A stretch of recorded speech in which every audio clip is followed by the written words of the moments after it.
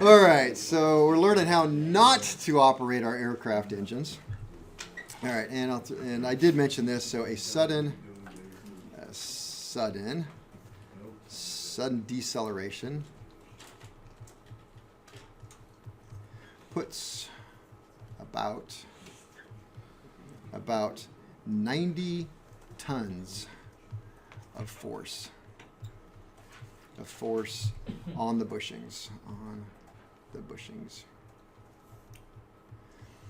I want to know how they figured that out. SB 245.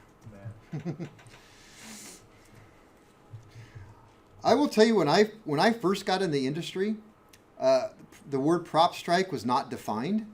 The only data that we had to go by was 4313, and it said to do a runout inspection. Just do a runout. Yeah. Don't NDT it, nothing? Just do a runout. If runout's okay, you're probably fine. And then it was I was in the industry a couple of years, I don't know, 5 years or so, when the manufacturers actually came out, and everybody was just shocked, like, oh, how dare you? And they came out and defined it. They said a prop strike is defined as anything that requires removal of the propeller for full repair. So if you hit something like a bug or a rock and you could file it out without taking it off the aircraft, you're good. But if you hit something hard enough, you had to take it off, send it to a prop shop, that was defined as a prop strike. And then they said, and if you have a prop strike, you will do a complete disassembly and inspection. And everybody was really freaked out about that. It's like, wow. And We've been living on the edge. we've been living on, yeah. Let's see. Counterweights. Actually, we don't know what that. All right, we'll do 5. I don't know. IV. I don't have a 5. Oh, because I went way back out. So it's way, way back out. That's why. Because if we rolled way back here, there was a 5. I don't know. I told you. There we go. 5 counterweights. And then now 6. So counterweights. What I want to say is counterweights are clearly used in radial engines, right? Because it has to. But they also can use dynamic counterweights. So we can put that dynamic counterweights can also be used on radials. How about that? Dynamic.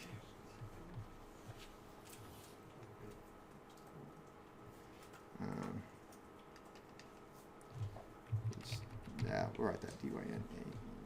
Dynamic counterweights can also be found on radial engines.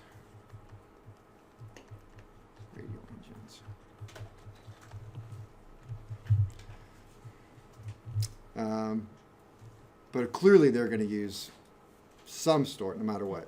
All right, now let's talk about prop shafts. Prop shafts, or propeller shafts would be the appropriate thing to do, but I was trying to save time. So we look at propeller shafts. The front end of the crankshaft is going to come in all kinds of different flavors.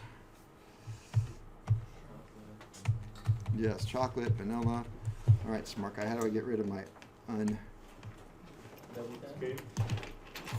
Nope, you broke my PowerPoint. No. Broke. To be fair, when I said zoom Oh, yeah. I thought you were going to go to the close-up picture. Nope, wrong one. What's about space bar? Yeah. Thank you. Dang. He's like my tech support, but he just waits till everybody else shows up the wrong answer. All right. Prop shafts. Okay, so you're going to have all kinds of different prop shafts. Why are you guys all coughing at me right now? All right.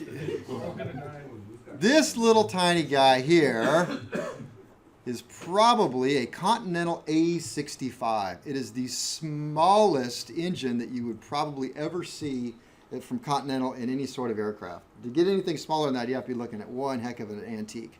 So this is actually the engine that they used to use in this class before I got here. And the nice thing about these engines are nothing. They're very small. I don't remember what the cubic inch is, but they're almost 60 because it's A65. 65 means 65 horsepower. All right. They almost all, I've never seen one without, but they all had a taper flange, a taper prop flange that tapers in, not spline, but tapered.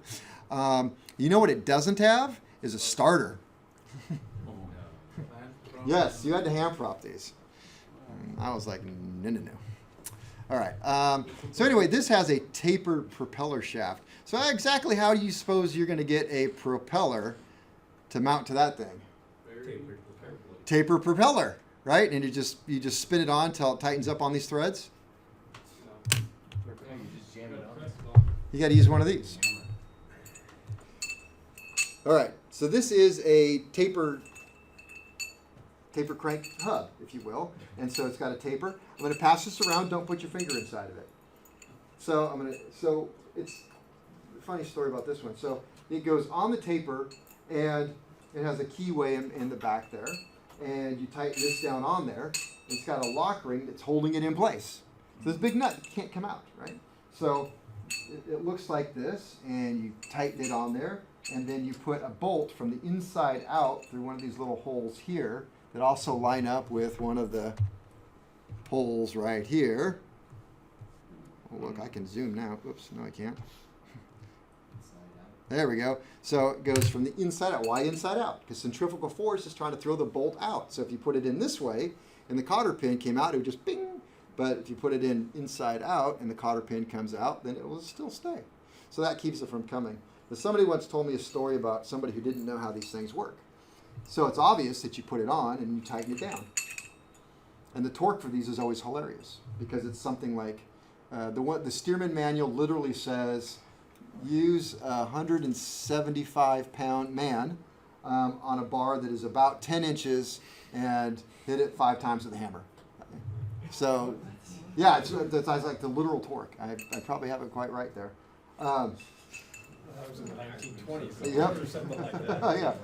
So anyway, but the thing about tapers are, just like if you guys experienced the live center on the lathe, once you put a taper in, you can't pull it back out. I mean, they kind of stick in there. So you put this on, you're trying to pull it off the taper. Well, this is a puller.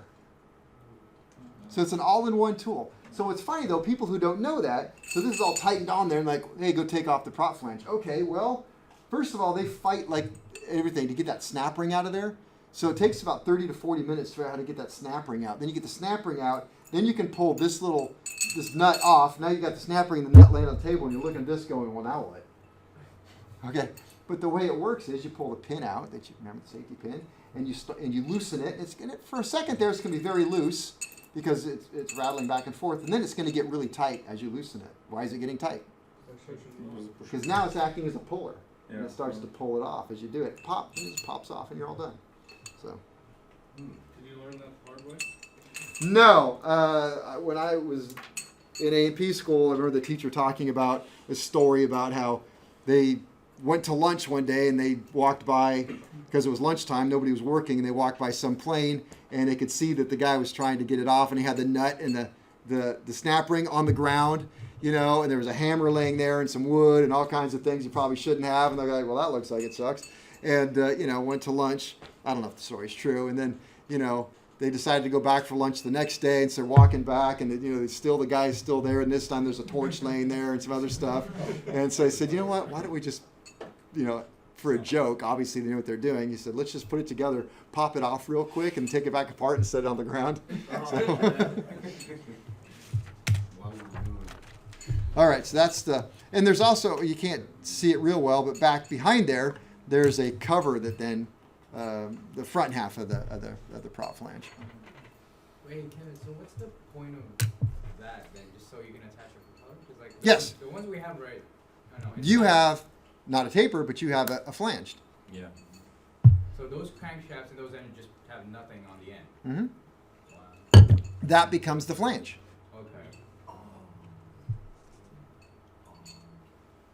Why shouldn't I put my finger in there? Just waiting for someone to do it because that's fun for me. Let me see your finger. Don't say anything, Alan. It's got marker on it. See, I said don't say anything, Alan. What does Alan do? He just can't help himself. So every year when I pass it around, I just say, hey, don't put your fingers inside. And that's all I say until it gets around the room. And then I say, who touched the inside? And there's usually somebody goes, I did. And now I can tell you what Prussian blue is. All right, so when you there's this stuff called Prussian blue, and it's like blue ink. And as somebody explained to me, the amount of Prussian blue that you need to do a job is, first of all, you take out half of what you think you need, throw away most of all of that, and then you have just double what you really need. So a little dab will do you is the point.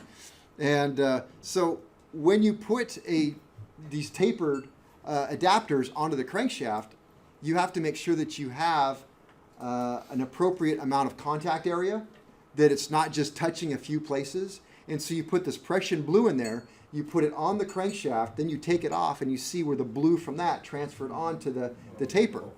And you have to have a certain, I think 70% on there. So, all right, so taper. It also has a very large keyway, which is kind of nice. If you hit something hard enough, it'll shear that keyway off. But it's still a prop strike at that point. All right, where are we here? So talking about our tapered shaft there. So let me see. Alt tab, where are we going? Here we go. Okay, prop shafts. I'm going to move over, right? Oh, nobody freaked out. I guess we're doing well. Yeah, prop shafts. I said prop shaft. I'll write it again. Propeller shafts. Propeller. What were you doing that whole time I was talking? Whoever was groaning.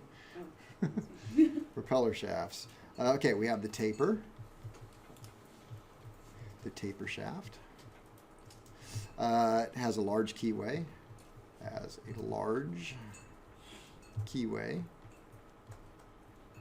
you got to line that up. I think I'm just going to add this one. Low horsepower engines. There's nothing modern that has this. Then we have the splined.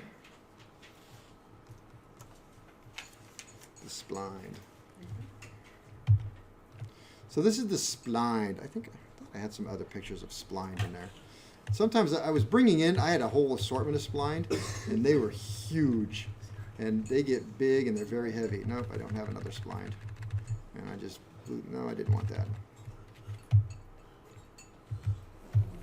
All right, splined. So we have the splined. The thing about splined is, one, you got to know that splined, it has a blind spline. They always have one blind one. Well, the blind one, what do you mean by blind one? They can't see. That's exactly it. All the way up through this. All right, here we go. Back to my... There we go.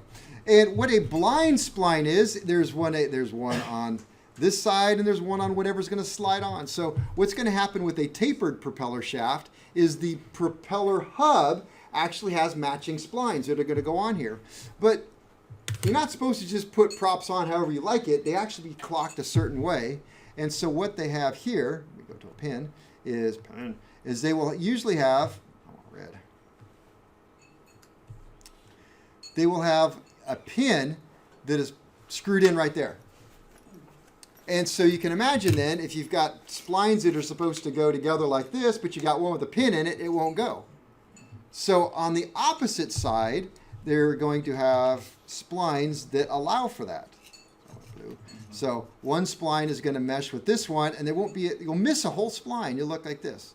So it'll be a missing spline. So if you looked inside the prop, you go, well, that's funny. There's splines all the way around, but you're missing one. It's like a gap. It's a big gap. Thank you. Gap is exactly the word. So there's a big gap, and so that is to go over the blind spline. Like, if you never told me, I'd for sure look at it like, this thing's fucking wrong.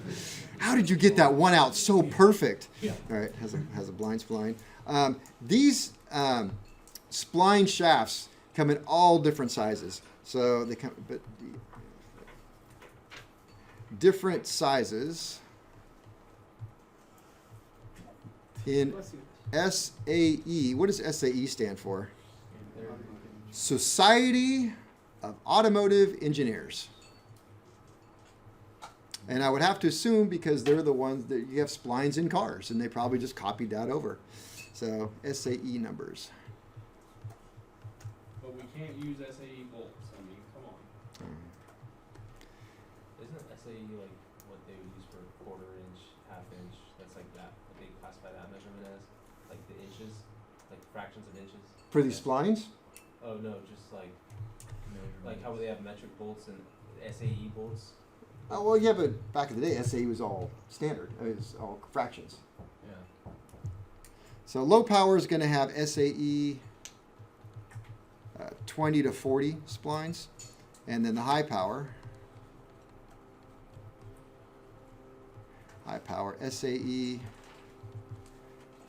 50 to 70. I used to bring in, I don't know, it was probably an SAE 50. It was in the 50 to 70 range, and it's only this long. It was just so heavy that I got tired of carrying it around.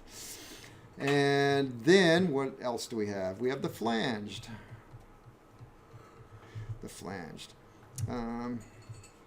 What about the flanged? Flanged is the most common. Most common on smaller planes. Smaller planes. Up to 450 horsepower. Let's talk about the prop flange bushings. Prop flange. Prop flange bushings. Props must be, I'll say clocked. Clocked properly.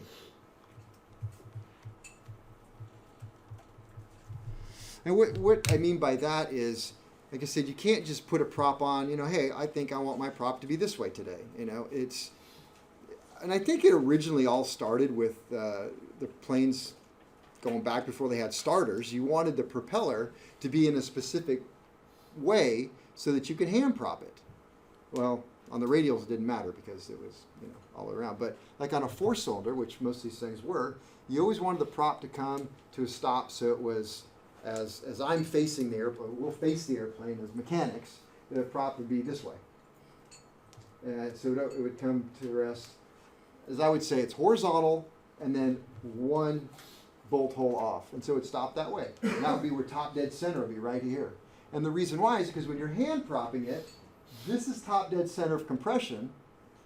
And so it's going to start its compression stroke right about here. So that you pull the prop through by hand. Right about here, it starts to get hard to pull. And so as you pull it through about horizontal, it kind of has enough momentum to carry it through. So that's where that all started. So, and that just seemed to have carried on. Even aircraft with starters, they still stop in the same spot. That's top dead center, just going that way. It's just the way it is.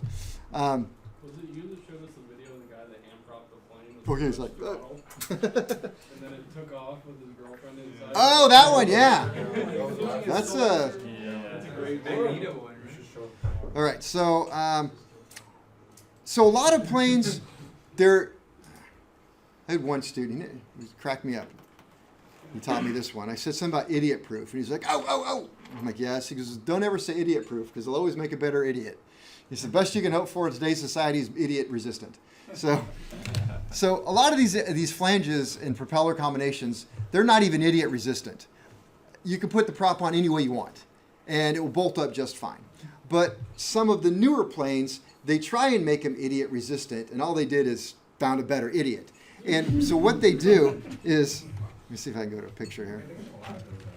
I know. All right, so these prop flange bushings, let's see if we can find one. Are these all the same? This one and this one are not pressed in as far. This one and this one and this one and this one. Oh, do it back to laser pointer. So this one and this one are not sticking out as far as these four. Well, if you were to take a look at the propeller, you would also notice that the holes on the back of the propeller are drilled in such a way that it can really only go on one way. So this is one way to do it. Another way to do it is one of these will just happen to be a little bit fatter than the rest of them. And so the prop will have one hole that is just a little fatter than the rest of them. So guess what? The fat bushing is supposed to go into the fat hole in the propeller. Well, that means that whoever built the engine had to make sure you put the bushings in the right spot. And there's a service instruction that tells you exactly where to put them. But what happens is if you try and put the propeller on where the fat hole goes to something else, you have a small hole that goes against that. What's it going to do? Well, as you tighten the other bolts, it just pulls the prop in and pushes the bushing right out the back of the crankshaft. And so what you do is when you look in the back right here, you will see that one of these things is pushed all the way out and barely hanging in there, but it's got a bolt sticking in it. So I said they'll always make a better idiot. So you have to make sure that when you put the bolt on that you actually put it according to the master bushing is what they call it. So always make sure you do the master bushing right. What's that? Do these guys have like a school they go to? Yeah, it's called A&P school. That's why you're here. To learn not to do that. Huh? They didn't go to school. I don't know. They fell asleep. Oh, you can't learn. Okay, so we had, let's see, must be clocked properly. I'll just put this. We have the master bushing. Master bushing. Master bushing is different. And installed per SI 1098. What does SI mean? Service instruction 1098. So that's a Lycoming thing, service instruction 1098. All right. So that's pretty much all we need to talk about that end of the crankshaft. Now we can go look at the other end of the crankshaft, which is IX, which would be the crank gear pad. Crank gear pad. That's where your crank gear went.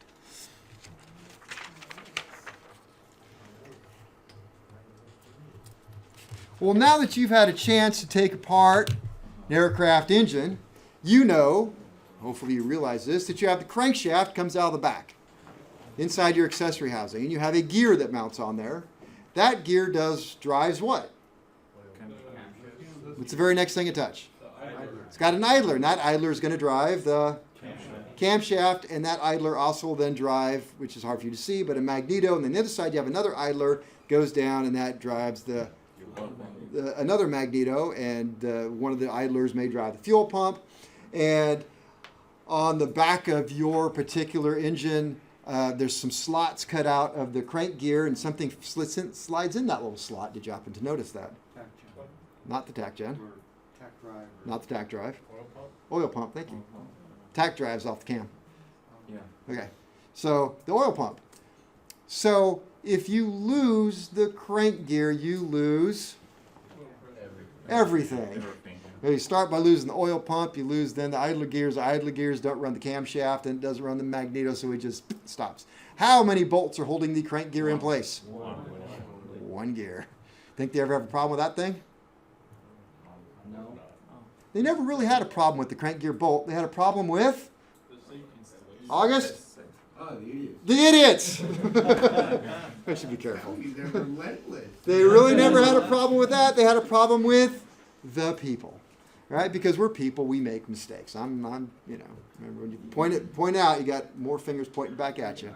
So I've never messed up one of those gears, I'll tell you. Yes, I did actually. But anyway, but I caught it. Anyway, so there was this problem with them. And what would happen is mechanics were, number one, they're putting them on and then putting that gear bolt in there. And actually, they did have some ADs on some bad bolts. Can't blame it on all of us. Human error is the bolt makers too. And so they would take and put that bolt in, they would torque it, bend the plate down, move on. And what they had is a bolt or a crank gear setting half crooked on the crank gear. Or it wasn't sitting flat all the way, and it would start to work, and it would break that bolt off. So they came up, and so this is going to be important because when you read the directions to how to put your crank gear back on, they're not going to make sense. And you're going to say, wait a minute, it's talking about all this stuff, and it doesn't match my engine, and it's got scallops and all kinds of stuff. Let's see if we can pull this up here.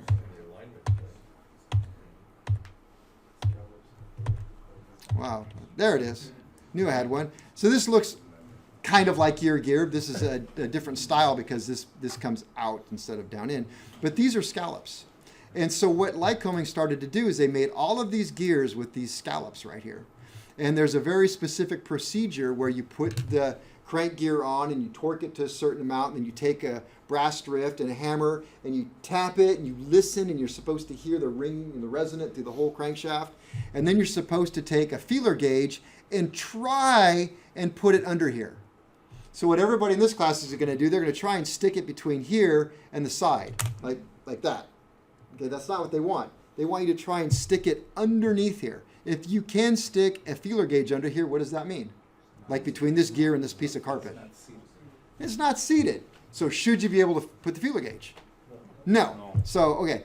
But if you're trying to do it between, and there's a lip. There's a lip that goes around, your crankshaft has that lip. And so if you can fit your feeler gauge between the lip of the crank and this, is that what you're trying to do? You don't try and do that, because that's not it. That's actually no tolerance too. So you're supposed to do that. And also, the wrench size is not the bolt size. And this is where a lot of people mess up. It is crazy how many students mess that up, because there are two different types of bolt sizes. One of them happens to be a 1/2 inch bolt, and the other one happens to be whatever size you have that takes a 1/2 inch wrench. So it's at 3/8. So 3/8. So you have a 3/8 that uses a 1/2 inch socket. The other bolt is a 1/2 inch bolt that uses a much bigger socket. So you go, oh, I got a 1/2 inch wrench. Guess what that was? And the torque is way different. And you will stretch it out. And hopefully you won't break it off inside there. So, all right, crankshaft pad. What about? So Did you say hopefully you will? Won't. Oh. Crank. All right. Continentals are a little bit more forgiving because they're attached with 4 to 6 bolts on the back, and they're safety wired and everything. But they've had their problems too. Crank gear attachment is critical. Attachment is critical.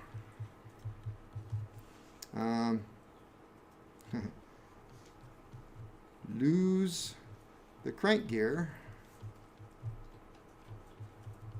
Lose the engine. It becomes a very bad day for everybody. And this is sort of off the topic, but yet it just popped into my mind. So we haven't really talked much about the whole Kobe Bryant accident thing, right? I know. And the reason why is because it's far too easy to sit here and say, oh, it looks like this and looks like that. And I don't know. I'm not a helicopter pilot. And when you talk to a helicopter pilot like Phil, you suddenly realize how little you know about being a helicopter pilot, because he knows so much.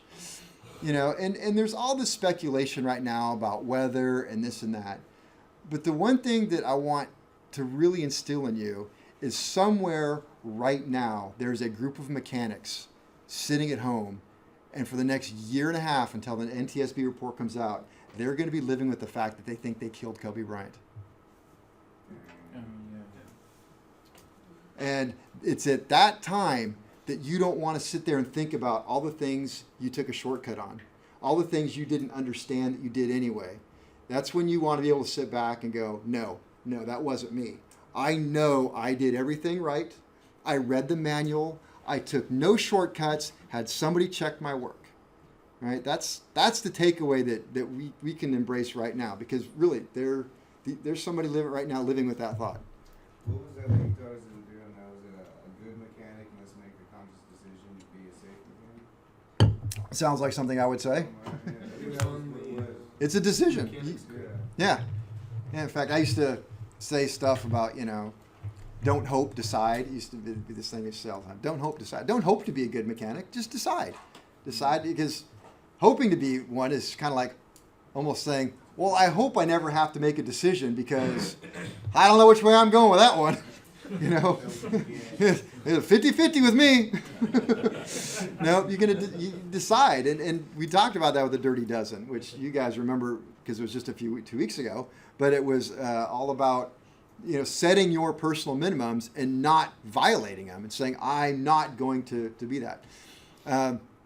Just to drive home that point, you guys didn't see, but we had one of our ex-students stop by. He had his daughter. He was walking around with her. And, I asked him how things, James, and I asked him how things were going. And he's like, man, things couldn't be better. It's just a great time to be an aircraft mechanic. He said, and, he's got his license for like 6 months, and he's been in 3 jobs. And it's like, that sounds bad. He's like, no, it's what it is. I went to one place. They hired me. I started working there. I worked there 6 months. He said, I realized it wasn't a safe shop. It wasn't a shop I wanted to be in, and it did not fit the way I wanted to be. So I left. And I instantly got a job making $5 an hour more. And that was a great job. He said, I'm actually quite happy there. But the phone rang, and I got a place that's going to pay me $10 an hour more than that job. So he's making $38 an hour here in Sacramento. So, and I tell you that to say the money is there, number one, but number two, here's a guy who said, he's working for a job and he didn't like the environment because he didn't feel they were safe. So what do you just walk out? Everybody's looking for you guys. Everybody. Well, and the second you lose your license at that shop, Well, you're done. well, no, the second they don't care about you anymore. That is true. Yeah, sorry, you can't work. You lost your license. Yeah. Like, well, I did what you asked me to do. No, I didn't. No, you didn't. Yeah. We never said that. Oh. All right. That's all I can say about that? Sorry. Well, I can add one more thing. Anybody notice that there was an aircraft crashed up in Auburn the other day? Yeah. The Red Baron. No. The classic historical one? That particular guy, I met him here last year. Katie met him last year. Kelly had worked at a place where he had work done. He was a student of this program, and everybody will tell you the same thing. Just one of the nicest guys you ever want to meet. And I met him. I met his dad, and I have to agree. I mean, they were just as pleasant as anybody I'd ever met. And and it was kind of shake-up, because that's somebody I kind of know, but some of the other instructors around here, that was their student. I mean, they really know him. They're really sad. And on all accounts, the guy was an incredibly safe and competent pilot. So, that's one that kind of scares you a little bit, because as a mechanic, when you hear, oh, absolutely safe and competent, there's no way that was pilot error, then what was it? That points right back to the mechanics. Like, oh boy, I never worked on that plane, but it's a Gull Wing Stinson. And if you don't know what a Gull Wing Stinson is, they're gorgeous. They're huge for a 4-place airplane. I don't see one up here. And they're called a Gull Wing Stinson because if you look at the way the wing is shaped, especially if you stand in the back and look at, they have a really tapered wing that comes up, and it's suddenly right by where the wing struts are, it's this huge hump. It's like a seagull wing. They're beautiful. 985 engine on them. Very rare. He's the guy who went to all the air shows and everything, right? I would assume he would. I don't know. Was there any word of what happened? Nope, we're waiting to find out. It was him and his father, right? And one other person, yeah. Oh, 3 of them? 2 people died, and the person, one person, critically injured. yeah. Do you know who the critical injured is? They know, I don't. Whoever they is. Well, that was a downer. Sorry, but it needs to be said. This is the business we're in. Now we're talking about losing crankshaft gears and losing the engine, and that's the kind of things that happen. All right, so let me see. Crank gear attach bolt. Crank gear attach. Attach bolt. Attach bolt. I wrote especially Lycoming, but I'm not going to write that. Is a one-time bolt. One-time bolt. Bolt. Use it once, you throw it away. If you torque it on and decide you don't want it to be torqued anymore and you want to take it out, you're supposed to throw it away. It's just that one time you install it, that's it. I wrote that. You torque it, you torque it, you torque it, and remove it. Remove it, throw it away. Is it because of the amount of stress you put it through? Yep. Yep, they are not messing around with these things right now. Big note here. A 1/2-inch socket does not mean a 1/2-inch bolt, but I told you that.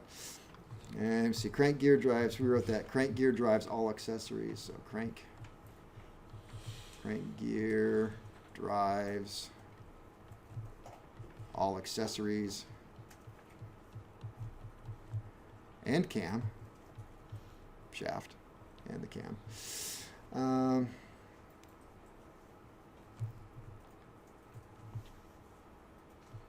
Obviously, crank to cam timing is critical. You got to make sure the valves are opening at the right time, right? You can't just say, well, valves are going to open and close, I don't know, whenever they want, and the piston will go around whenever it wants, and we'll just kind of hope it all works out. So I have here, so look for timing marks. Look for timing marks.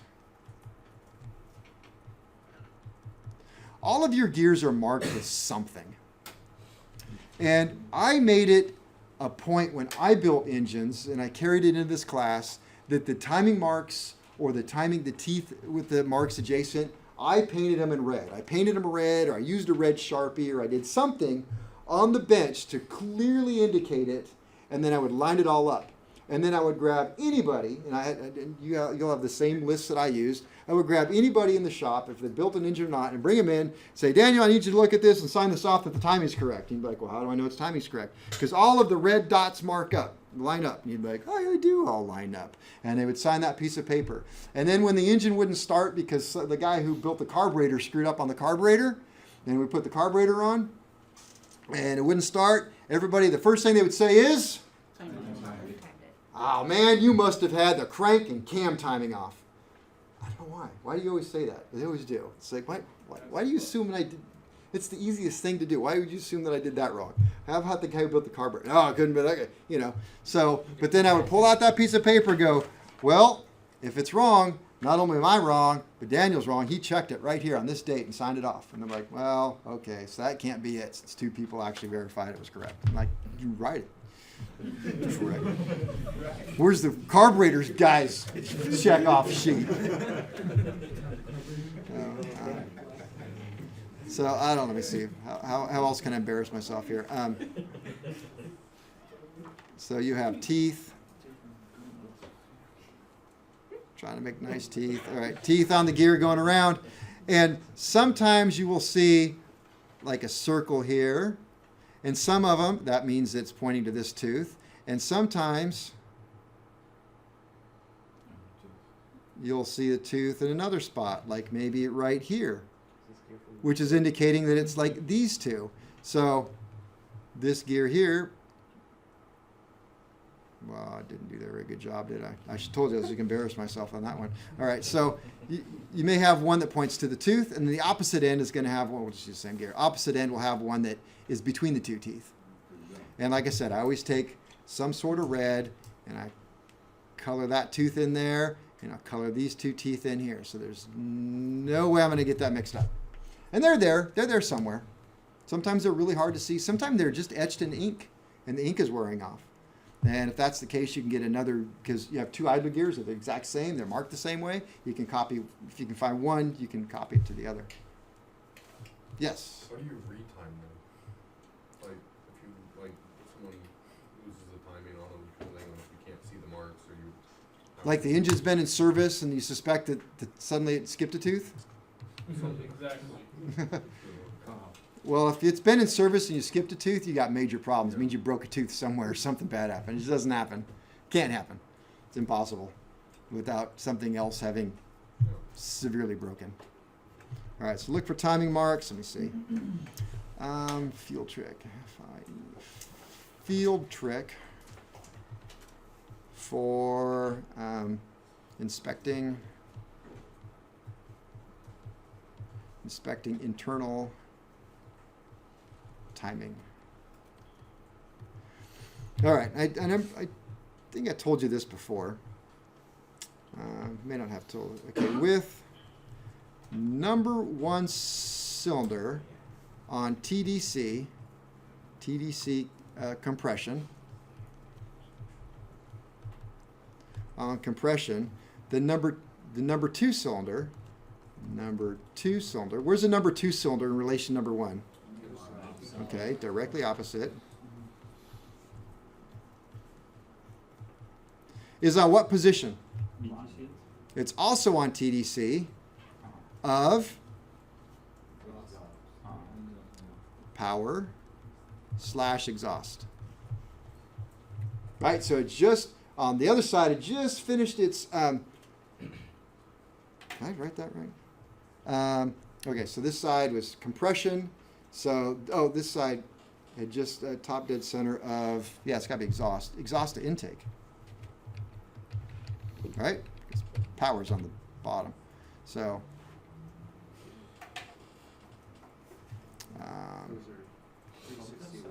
yeah, top dead center, so it went, geez, it's getting late. Okay, help me out here. So, opposite side, That would be intake or exhaust. it came up to top dead center, so it's top dead center. It just finished exhaust, well, it can't go exhaust to power.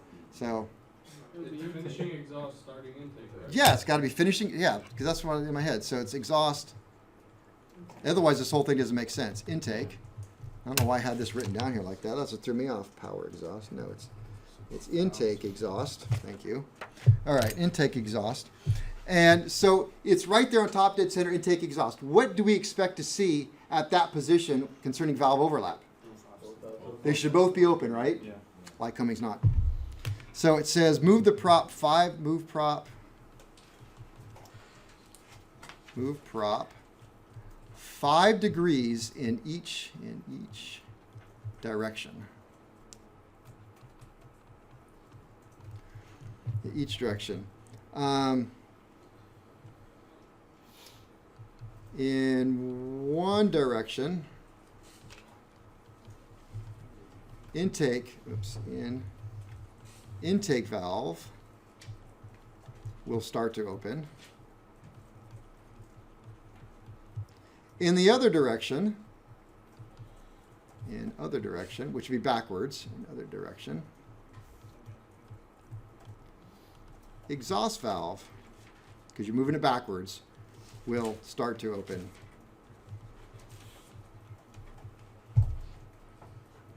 And that's easy. And so if by some chance you thought there was a timing issue, and so you put this one over here on top dead center, and you go over the other side, and it's top dead center, but the intake valve's already open, guess what? You done messed up. Or if the exhaust valve is still open, you messed up. Or if they're both open, you really messed up. So what does that tell you about Lycoming's valve overlap? They never say that, but that's kind of what that says to me. All right, that is a great place to stop.